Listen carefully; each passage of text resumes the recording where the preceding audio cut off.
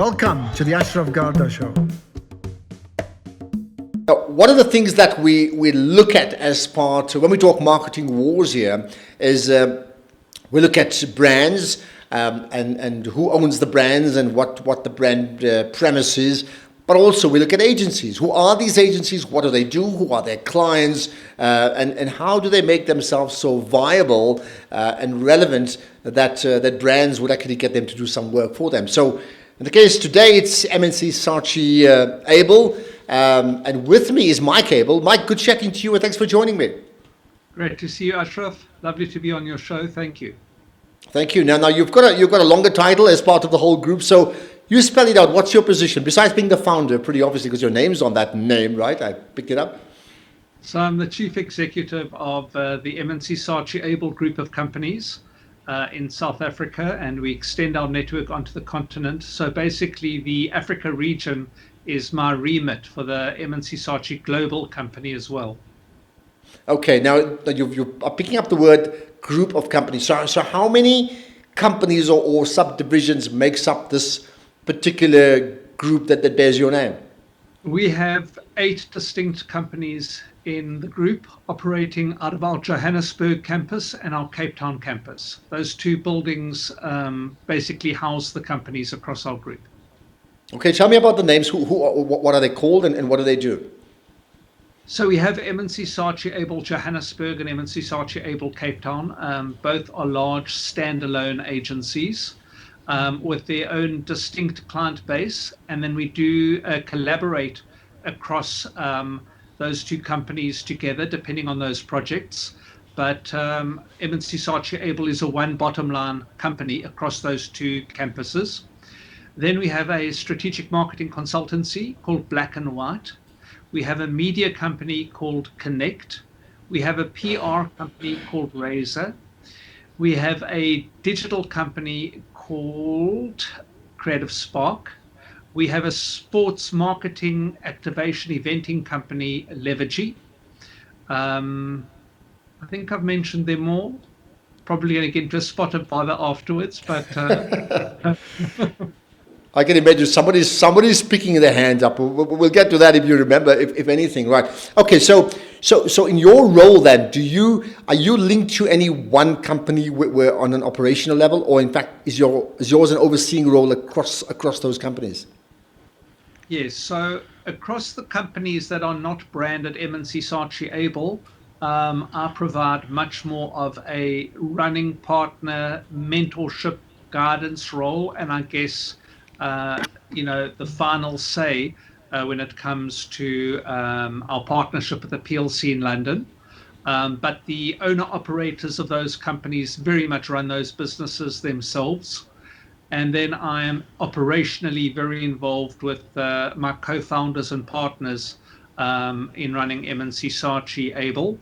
But naturally, if there are any issues within any of those companies or any large pitches, or if they want me to get involved in something specifically, I do jump in and get involved. So I rely on them to pull me in as and when in those different companies. But in terms of my day-to-day, probably 75% immersed in M&C Saatchi Abel specifically. Okay, now I am aware that there was a period Mike Abel from South Africa lived in Australia, and I'm aware that Mike Abel now is in South Africa and fiercely patriotic about his country, but at the same time also very critical about the type of leadership decisions we make, right? So give me the story as to how did you land up in Australia and how did you land up back in South Africa? So at the time of going to Australia, I had been with the Ogilvy Group for going on 16 years, 15 and something months, 15 years, and from age 25 to 41. And I'd basically worked my way up from working on the VW and Audi business back in the days of those iconic ads, working on Old Mutual, working on BP, amongst others, to running the Cape Town agency in about 2001. In 2006, I partnered with Nunu Nchingila in co-leading the group for the continent. I was the COO, she was the CEO, had a very successful partnership with her. But by 2008, I'd been with the company for so long, and I thought I wasn't going to go any further there. And what did the future look like? Um, and I was approached by M&C Saatchi Group Australia, who were looking for a CEO in that region. It is the largest ad agency in Australia. And it culminated also, sadly, with a break-in in South Africa. So I think concerns around crime at the time, Ashraf, having a young family. As you know, I was very critical about and remain critical about government, irrespective of who it is. I think that's part of being a patriot. I think if you're not a patriot, you keep quiet about government. I think if you want to help your country, you speak out against it and you do what you can to fix it. So I think all of those things, and knowing that Jacob Zuma was going to become president at the same time, certainly everything that transpired as regards his presidency. Talk about a Freudian slip. How many has he had? Well. Some may say, did he give birth to so many problems? But anyway, that's something that we can talk about. That's one of my better Freudian slips. Anyway, so knowing what was going to transpire and everything that did and more, I thought that it was a great opportunity to have a fresh and exciting new beginning and an adventure. And so off I went to run the M&C Saatchi group of companies there in Australia. Big company, big group. Employed about 450 people across 4 operating divisions in Australia, across Sydney and Melbourne.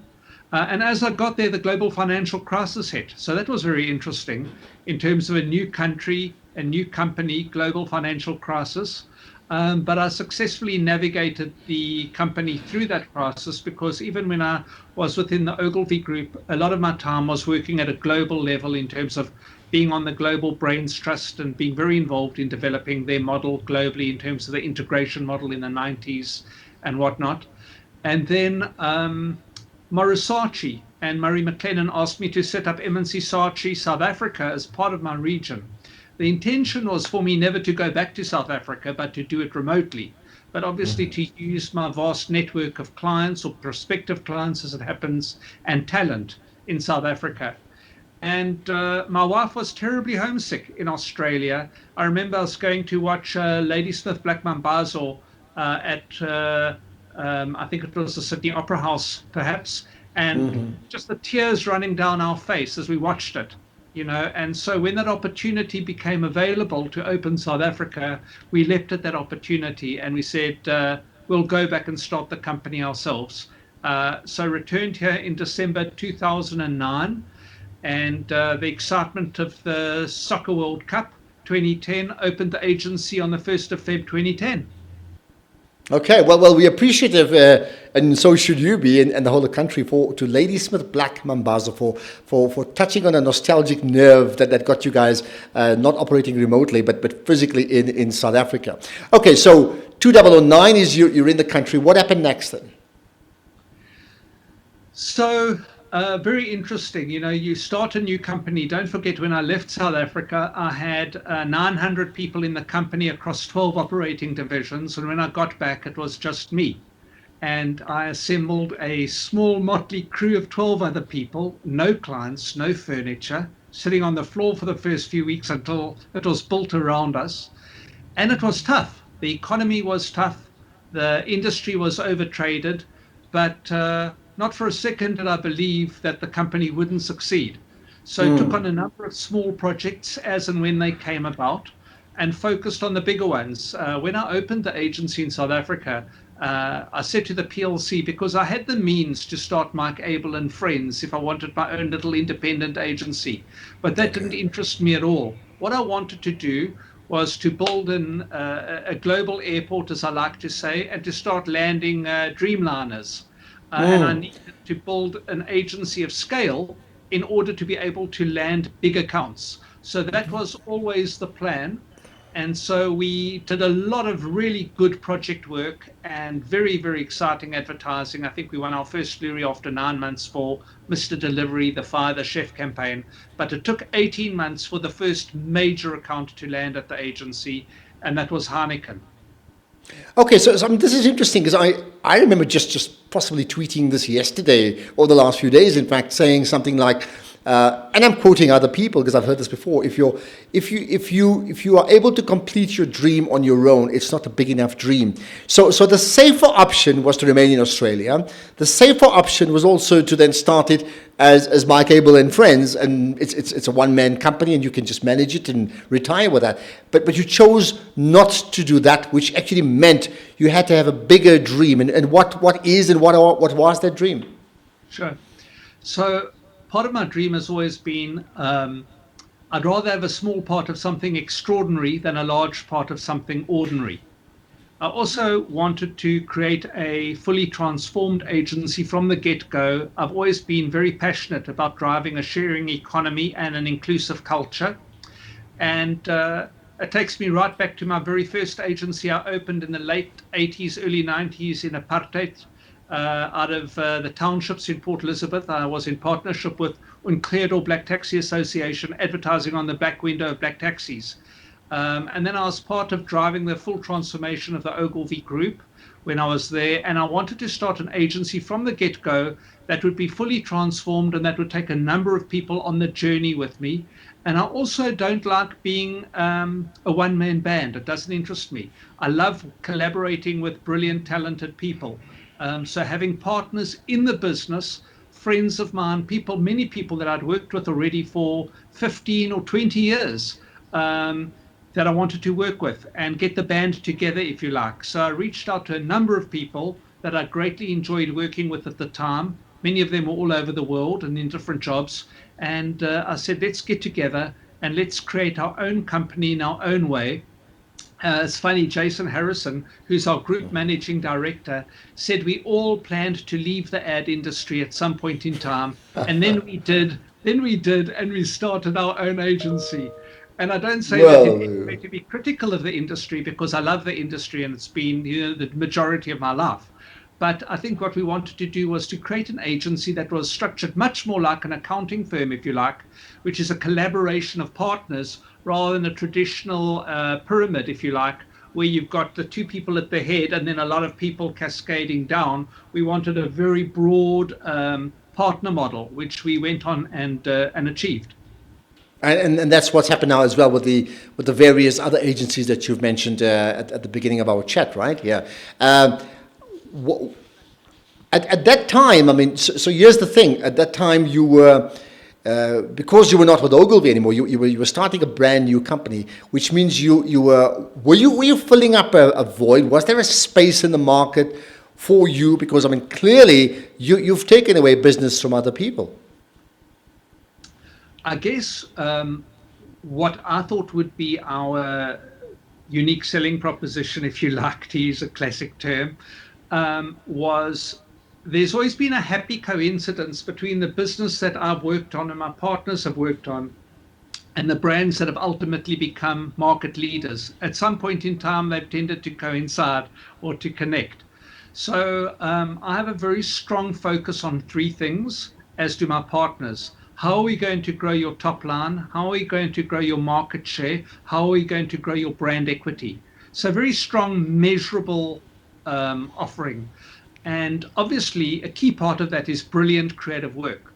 But to hardwire smarts into the way we think about our clients' business, that if you had to say combine, I mean, you look at the acquisition of Droga by Accenture, I think that is very much what I had in mind at the time of launching the agency, is a very strong strategic marketing consultancy that happens to do brilliant ads, or an ad agency that has brilliant strategy, but to hardwire, tough business performance into the thing. And that is what I saw in Australia, being a very key part of that market was measurability and hard facts that would define success way beyond awards, if you like.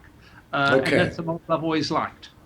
So, 11 years now, fast forwarding, how then do you measure, the company, A, in terms of the impact it's made, and B, when measured against South African other agency success stories? Yeah. So, I mean, we have been touted for many years as being the fastest growing agency in the history of South African advertising. I like that when people tell me that. It's never been a self proclaimed title, but I have been told that a lot.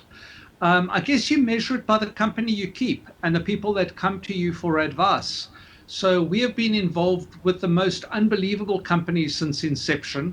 You know, when we won Heineken, I think it was number 20 in South Africa, sorry, 20 in the world in terms of volume of sales. And when we parted ways with them at the beginning of the year, I think they were at number in the top 5 globally. And from being nowhere on the brands and branding survey, they were the top beer brand in South Africa. That's a hard measure. We look at that. And I don't want to take away, we still have an amazing relationship with Heineken, and we do an enormous amount of work for them and their brands around the continent. I was just referring to Heineken brands specifically in this market. Then takealot.com. You know, Kim Reed came to us when he had just bought Take Two in its infancy. We collaborated around partnering them with Mr. D, Mr. Delivery, so that when they weren't delivering Nando's over lunch and supper, punt for my client there, they could be delivering tenor sets and tackies and TVs and whatnot. And so we've partnered with them, did the rebranding to takealot.com, and have been involved with them since inception, to them now becoming, you know, this unbelievable e-commerce player in South Africa. We've partnered with them on their acquisition of Mr. D. We've partnered them with their acquisition of Superbalist. So when you have great organic growth from your existing clients, and you are a valued partner in the decision making around their growth objectives, I think that validates who you are. And then obviously winning Standard Bank, was a massive growth for us last year. A wonderful pitch, and we're very, very excited about that chapter in our lives now, because they're an amazing client, and obviously being the largest bank on the African continent, big challenges and big opportunities there. And then, I mean, we have many, many amazing clients. I don't want to leave any of them out. But every year for the last couple of years, it's wonderful to see our one client, Nando's, being rated as the client that most other agencies want. And I guess that again affirms us, because it says we're doing the kind of work on Nando's, not just winning the Grand Prix consecutively at the Luries, but that other agencies admire. Yeah, I think your point about, I mean, you don't want to just, you want to win awards, fine, but you want to see growth in those companies. Otherwise, it's very much an either or. You guys are doing well, but they're not doing well. That's not going to help you. That doesn't have longevity and doesn't have legs at all to stand on. So their success is absolutely yours. So I mean, you mentioned what I'd call blue chip clients, and take a lot. Goodness, I bought a lot more than I can imagine from them certainly in lockdown, right?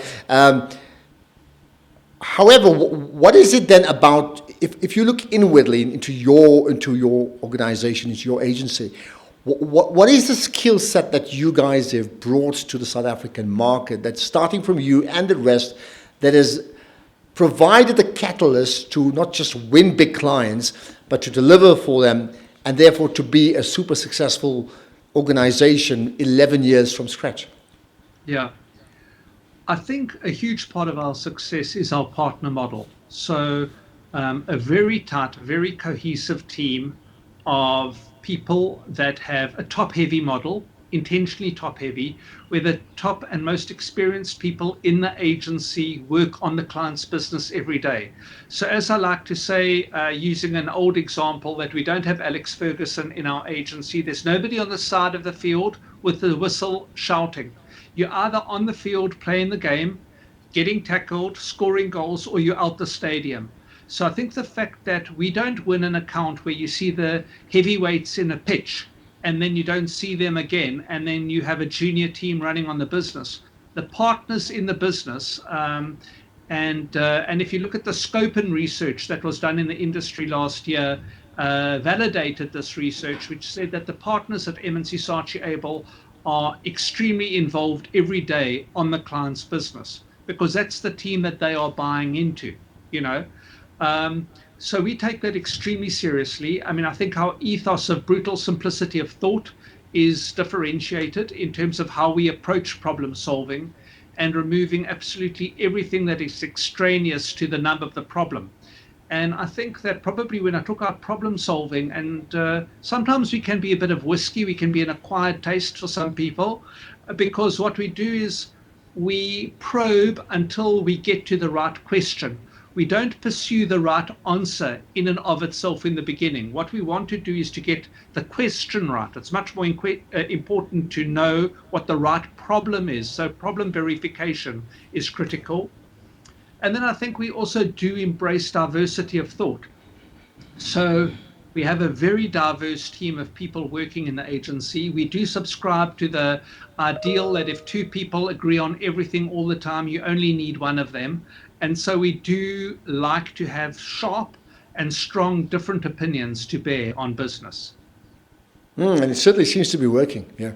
To your point, so if you look at a Nando's, for example, one of the challenges to us was to win an Apex Award on Nando's, which is, as you know, the hard performance and growth metrics, not just the love for the advertising. And so even though they've got a very rich and illustrious advertising history, we won the first Apex Awards on that business, which is what they were going for. So don't just make people love my brand, make people buy my brand and more of it.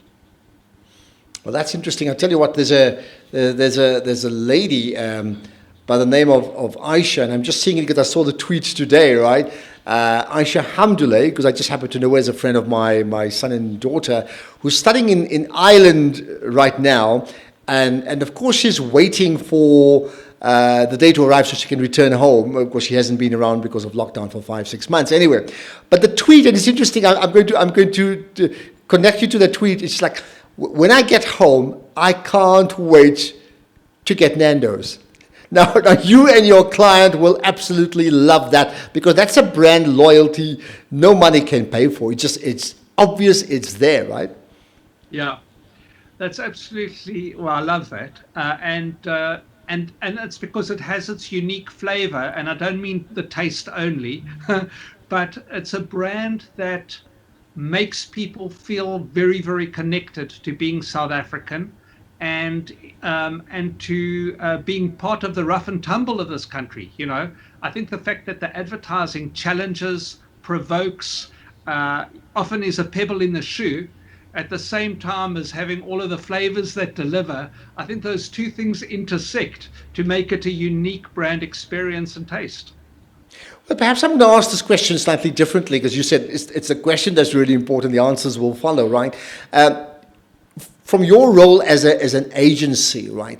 How do you know that an agency is working for the client that it does work for?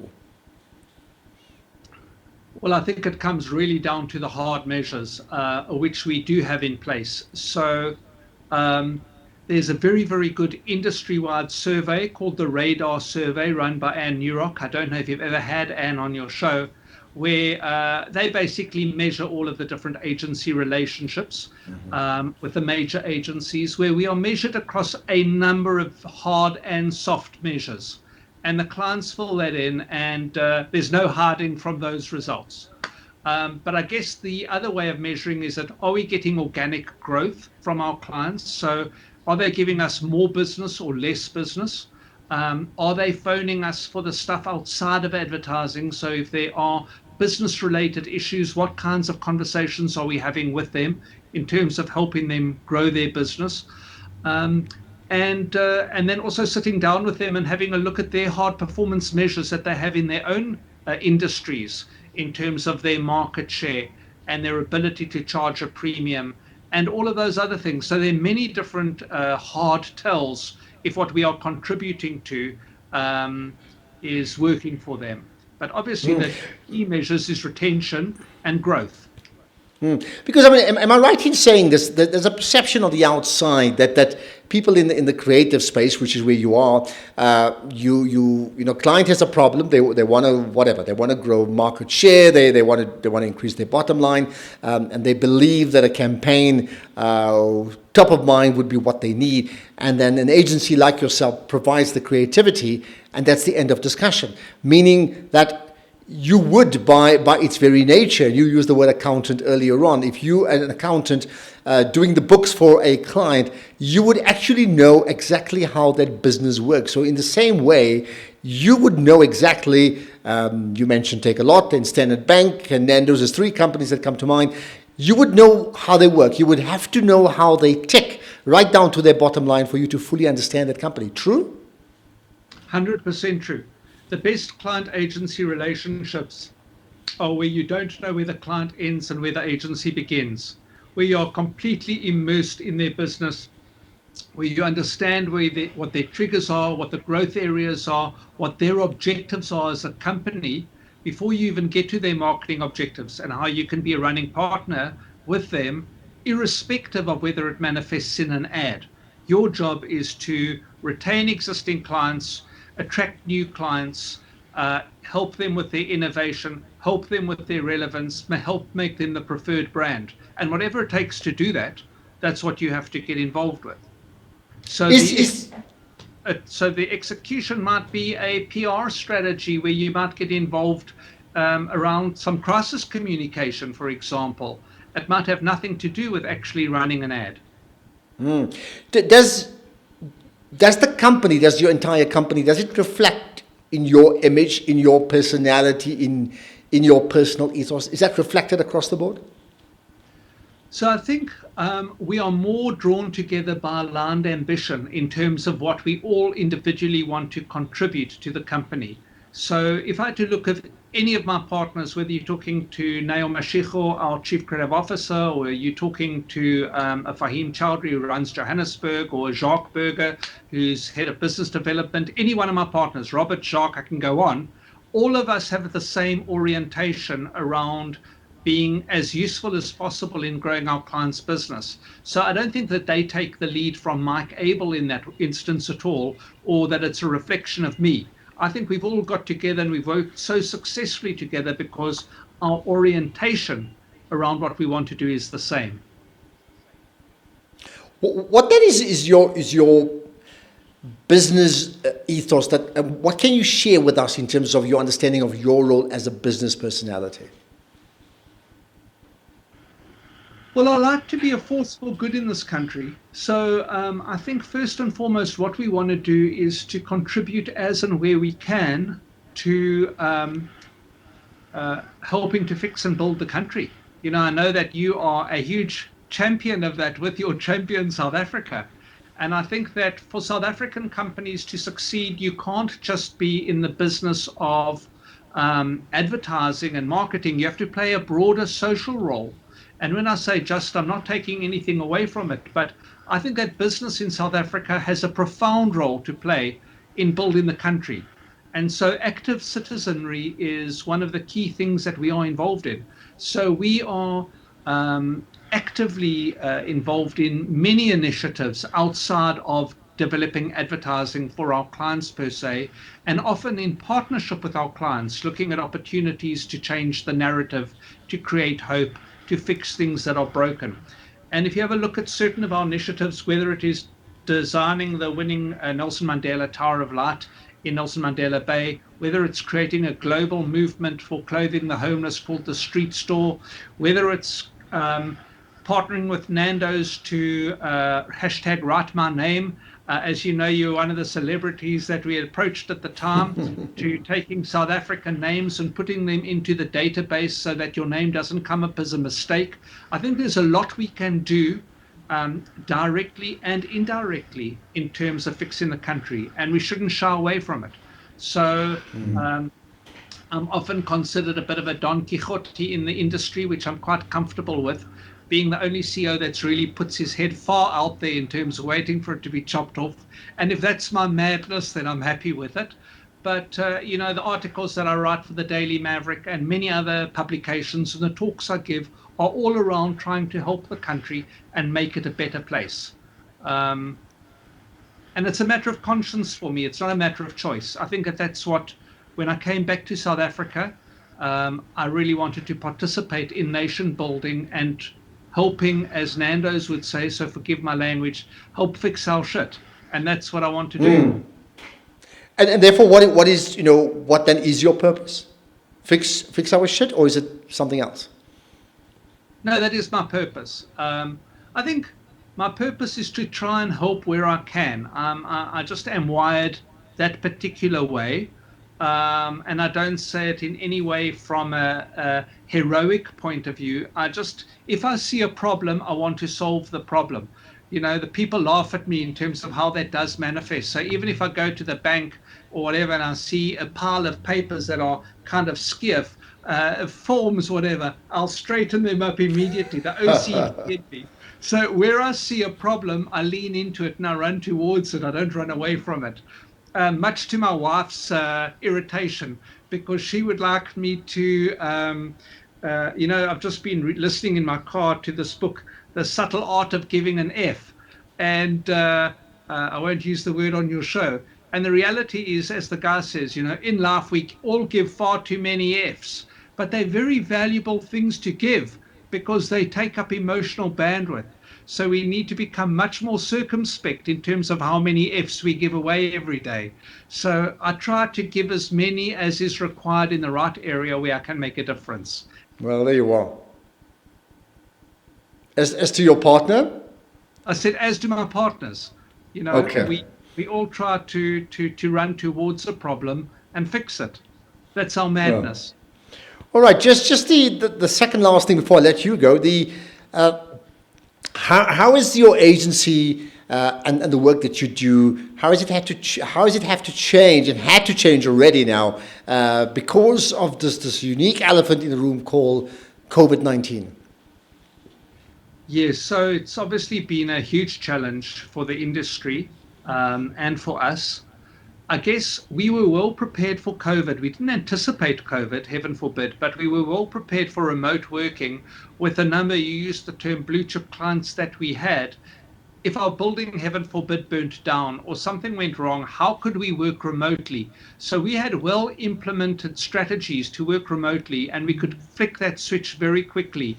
And so the agency, basically, from the moment the president announced the lockdown, was working in a very, very successful remote way. I would say in terms of our total staff count of 350 odd people, certainly no more than 20% of people across our campuses are back at work. So 80% of the company is still working remotely and successfully, I might add, and on big retail pieces of business, which are very fast moving. So I had a number of interventions. One was I put a challenge to our people on the day we closed to say, what if we do our best work ever whilst we are working remotely? And I think that's a great challenge, not to batten down the hatches, but to say this is a time for creativity, for reflection, and to embrace, I guess, what COVID throws at us in a different way. The other thing is we put a sign on our doors in Cape Town and Johannesburg which said, our doors may be closed, but our minds are still open. And so really to push ourselves that way, we had a number of interventions, Ashraf, in terms of setting up an emergency fund for our staff and their families. We put people well ahead of profits. So we have retained 100% of staff at the total erosion of bottom line, but in keeping those people employed in our company, because every single person in our company has got hopes, has got dreams, has got aspirations. And so to try and retain as many people as possible throughout the pandemic, and to think very differently and very creatively around how we could help our clients in unexpected and unconventional ways. So we've done an amazing amount of stuff that we've learned and done differently. And the strange thing is, for a long time, we wanted to play with having more of a hot desking and remote model. And I guess COVID forced us into testing what a model like that could be. There's that wonderful meme that people were posting about 5 months ago, which was basically who led the digital transformation of your company, the CEO, the CIO, or COVID? And I think all of us have been forced by COVID to think differently about our company. Well, there's a sound like a hooter, alarm bells are ringing, and clearly tells you that's what COVID certainly did, right? Yeah. Well, let's leave it at this. You understand, but listen, I understand that you've just put together a book, you've just launched it. with a wonderful title called Willing and Abel. So I'm going to give you a 1-minute pitch as to why is it called Willing and Abel, and why we should read it. So obviously, beside it being a pun on my surname, a lot of people come to talk to me every day. I do a lot of talks. I do a lot of mentoring around giving hope, self-belief, lessons learned in business. And I thought that the book was an opportunity to hopefully be useful, hopefully be inspiring, and hopefully bring a perspective to people around what they can do. The fact that we've been able to build this amazing company in a country that has gone through 10 years of turmoil, as I've called it, lessons from a decade in crisis, and how that does precipitate opportunity, And the other thing that I want to do is, a lot of people look at me and look at the success of M&C Saatchi Abel, and it's that analogy of that swan gliding along a lake, not realizing that those feet are paddling frantically beneath the surface. And I wanted to give people a sense of what that paddling looks like. So even when times get tough, how do you use headwinds to adjust your flaps for takeoff? Planes don't take off with a tailwind, they take off with a headwind. And I think that the challenges in our country are a wonderful opportunity for growth. And how do we take advantage of that growth, and how do we lead a meaningful life? So personal stories in my life, tragedy in some instances, great successes, disappointments, they're all in there with many different case studies and examples, as shared by me, our partners, and even some of our clients. All right, and the plan really is for us to leave it at that, because I need to get my hands physically on the book, right? And then we will chat about part 2 of this conversation, all around Willing and Abel. So, Mike Abel, thank you for joining us, and looking forward to that chat, finding out about the book and what that really means about someone who's clearly willing and able. Thank you, Ashraf. Wonderful to be on your show and great to chat. Thank you.